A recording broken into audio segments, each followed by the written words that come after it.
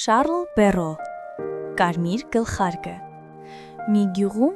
ապրում էր մի փոքրիկ սիրունիկ աղջիկ։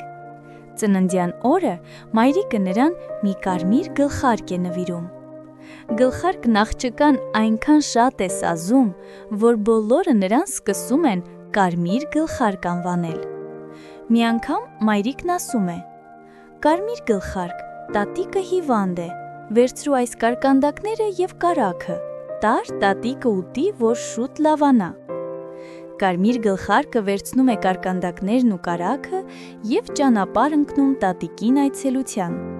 Տատիկի տունն անտառում էր գտնվում։ Եվ հազիվ էր կարմիր գլխարկը անտառ մտել, երբ նրա ճանապարհին հայտնվեց գայլը։ «Բարև, կարմիր գլխարկ, այդ ուր ես գնում», ասում է գայլը։ «Ես գնում եմ տատիկիս մոտ, նրա համար կարկանդակներ ու կարագ եմ տանում»։ «Կարմիր գլխարկ, իսկ որտեղ է ապրում տատիկդ»։ «Այ այնտեղ, անտառում, 3 մեծ կաղնիների տակ է նրա տնակը, իսկ մի քիչ ներքևում պնդուկի թփուտներն են, երևի կիմանաս», ասում է կարմիր գլխարկը։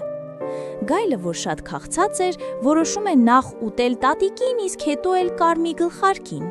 և նա կարճ ճանապարհով վազում է դեպի կարմիր գլխարկի տատիկի տուն։ Իսկ կարմիր գլխարկը չէր շտապում, ճանապարհին վազվզում էր թիթեռների հետևից, տատիկի համար ծաղկեփունջ էր հավաքում, իսկ գայլն այդ ընթացքում կարճ ճանապարհով վազում է ուղիղ տատիկի տուն ու դուռը ծեծում։ «Ո՞վ է»։ «Ես եմ, կարմիր գլխարկը», ասում է գայլը բարակ ձայնով։ «Քեզ համար կարկանդակ ու կարագ եմ բերել»։ Տատիկին թվում է, թե դա իսկապես կարմիր գլխարկն է ու ասում է. «Քաշիր սողնակը և դուռդ ու բացվի»։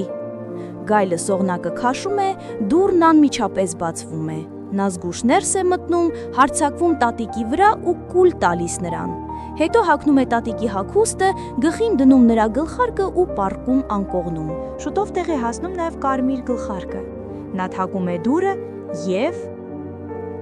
Գայլը, ձայնը տատիկի ձայնին նմանեցնելով, ասում է. «Ո՞վ է»։ «Ես եմ, կարմիր գլխարկը», ասում է կարմիր գլխարկը, «քեզ համար կարկանդակ ու կարագ եմ բերել»։